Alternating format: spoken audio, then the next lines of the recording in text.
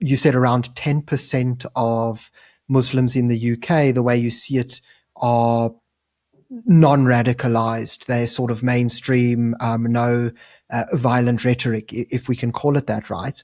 And something that's quite worrying on the South African side is that for the longest time, so the Muslim community as well as the Jewish communities are quite old in South Africa, and there's never really been any sort of political differences for a very long time. And what's actually quite interesting is the people live quite close together to one another.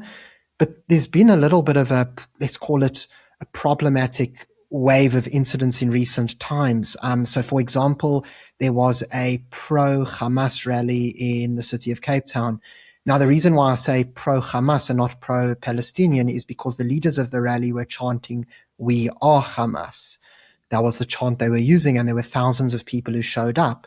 And I remember just in my youth, you'd have things such as the BDS movement, the boycott, divestments, and sanctions. But the people there, as much as they were anti-Israel or anti-Jewish in their rhetoric, it was never quite as explicit. Like they never ever said, "We support Hamas." You know, it would be more of that thing of, "We're unhappy with Israel," whereas they wouldn't really talk so much about Hamas. But now all of a sudden you've seen these like little sparks of radicalism coming through. So yeah, I guess my question to you, Lubna, is, do you think that when it's still in its infancy at this stage, do you think that this is something that's preventable, that the spread of extremism is preventable? And if so, how does one go about that? Again, because the situation in the world is different now in terms of having the internet, and then now AI is coming in, and technology is progressing. We're so linked now globally, everyone is linked, that it's going to be difficult to disentangle ourselves from the situation, if I'm being honest.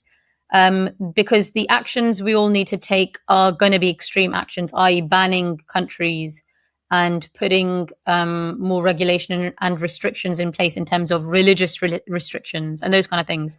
And no one's willing to do that in any of the countries, because the existing Muslims who, for example, who are living already in these countries, they will kick up a fuss, and their percentage is not even high. So even with a minority percentage, they will kick up a fuss. And that's my issue. If we don't do things now, take the difficult steps now, when these numbers double, I'm sorry, there's nothing you can do. So sadly, it's come to my attention that the last day, apparently in Bangladesh, which is a Muslim country.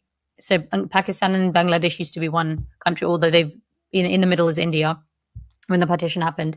But now it's just Bangladesh. So that's a Muslim country. And what's come to my attention is that recently, in the last day, there's been a lynching of a Hindu man who was apparently, there's alleged blasphemy allegations on him. And he was beaten to death, and then his body was tied to a tree, apparently, and he was set alight. And his burning body has been filmed. Okay, so in my mind is, if in any of these Western countries you witness either online or yourself the first lynching, the first mass lynching because of blasphemy, is the game's over then in that country. They've lost to radical Islam. Once the first lynching happens, that is a sign, because that is so messed up. It happens in Pakistan all the time. You don't even have to have done blasphemy. If you're accused of blasphemy, no one's going to sit there and check whether you did it or not. You've been accused of blasphemy, a mob will come, third world mentality, right? The mob will come and you're dead. And they will keep stabbing you even after you're dead. And I've seen these videos, it's disgusting, where they're saying, join us in, and the guy's dead and he's beheaded. Join us in and, stab him, because then you'll go to heaven. I've heard this kind of stuff. Like, it's disgusting. It's absolutely disgusting. This is the mentality of people coming here, where we just see what we just saw on Bondi Beach, father and son, one of the most sacred relationships there could be between a relationship between a parent. Right? I've got children as well. I couldn't even imagine me encouraging this kind of behavior and doing it with my child. I mean, that's so sick. I can't even think about it. I don't even want to speak about it. So that is psychopathic, mental, crazy on a different level. And that's the mentality of the people that lynch people. So in Bangladesh, Pakistan, and probably, in areas of India as well, and other Muslim countries, this is normal, lynching people. So that is my fear, that the Western countries don't understand that the people that you are allowing in your country, they do not share the same values as you. don't think you're not going to get Right. lynched. They're very, very intolerant. They're just waiting for the numbers to increase, and then the behaviors will be the same.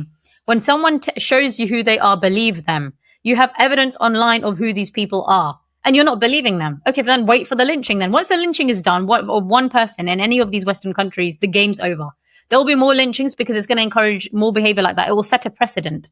We need to stop this. The more the numbers, this is no joke. So whoever's listening to this is no joke. I'm not out to get Muslims. I was raised as a Muslim, and like I said, I will never demonize all Muslims and the whole of Islam, because there are good people, there are good interpretation, like peaceful interpretations of Islam as well. But the radicals are an issue, and the enablers of the radicals are an issue, whether they are Muslim enablers or non-Muslim enablers. Right? We've got people on the left who just don't get it. So the whole world is in this, because people were telling me to move to Australia. Oh, do you know what? Australia's a decade behind UK and Europe. Nothing's happening over there. I used to hear the There's same not that many thing. radicals.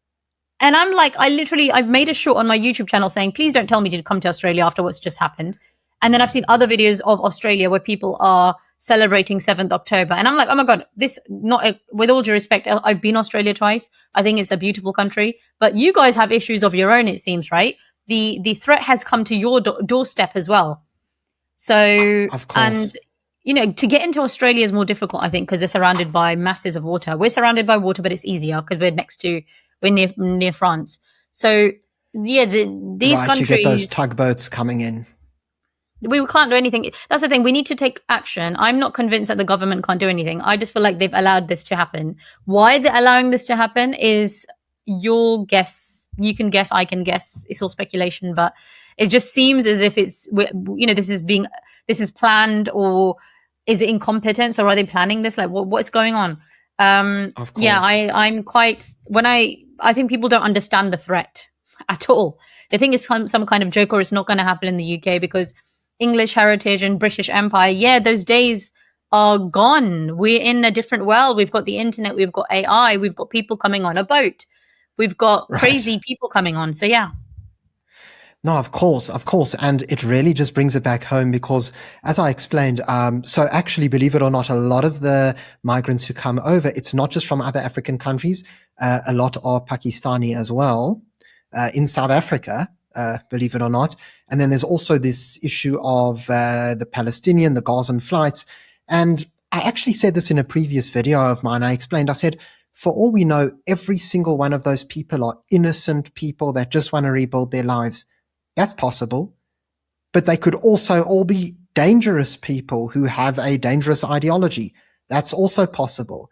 But until you do your homework and until you actually vet people before they come in, well, you're never going to know. And it's always a risk. So what you're saying, yeah, I couldn't agree more on that. But Lubna, just to sort of summarize the solution, would you say that primarily it will be the government's responsibility to basically curb this, that we can't de-radicalize the people within until we stop having the other new arrivals coming into the country?